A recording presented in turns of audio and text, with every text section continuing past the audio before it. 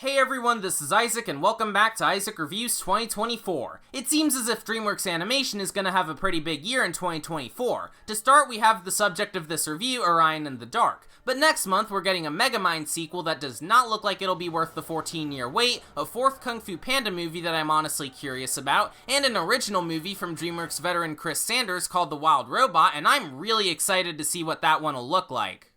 But for now, let's talk about Orion in the Dark. Based on a book of the same name by Emma Yarlett, this movie is coming to us from the same guy who wrote Anomalisa and Eternal Sunshine of the Spotless Mind? Okay, not the collaboration I was expecting, but sure, why not?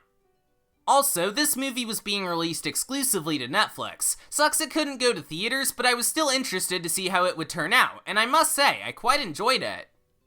It centers around Orion, a kid who's afraid of just about everything, but above all else, his biggest fear is of the dark. So one night, the personification of darkness shows up and takes Orion on an adventure to help him overcome his fears.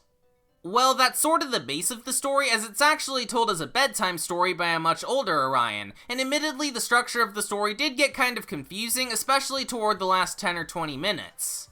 But overall, despite the admittedly generic premise, Orion in the Dark is a worthwhile experience. I love how it presents its concepts of the night entities and how they perform their duties, the humor is surprisingly really funny, and its heart is definitely in the right place with its message on not letting fear control your life.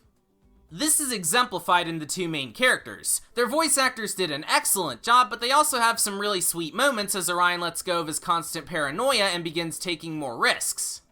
Also, the animation is really good. The character designs are charming, giving off the vibes of a stop-motion cartoon, but the highlight of the animation would have to be the backgrounds. The 2D look of them is really inventive, continuing Mikros Animation's recent influx of mixed media animation that was prominent in their collaborations with Paramount and Nickelodeon. There's also a few scenes of actual 2D animation with Orion's drawings, and while we don't get a whole lot of those scenes, they're still nice when they show up.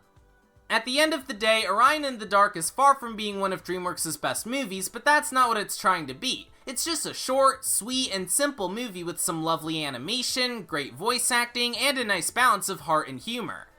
If you're a fan of DreamWorks animation, or if you want something to watch on Netflix, there's no harm in checking it out. I wish I could have more to say about this movie, but I think I've said all that I needed to say about it. Well, other than how I'd give it an 8 out of 10, so I guess it's a good thing I pointed that out as well. Next time, I'll be talking about The Tiger's Apprentice. Once again, Paramount screwed over one of their original animated movies and dumped it onto streaming, so that's already pretty bad. And not helping matters is that the movie we got was also pretty bad. Anyways, thanks for watching this episode of Isaac Reviews 2024, subscribe for more videos like this, and I'll see you all next time. Bye!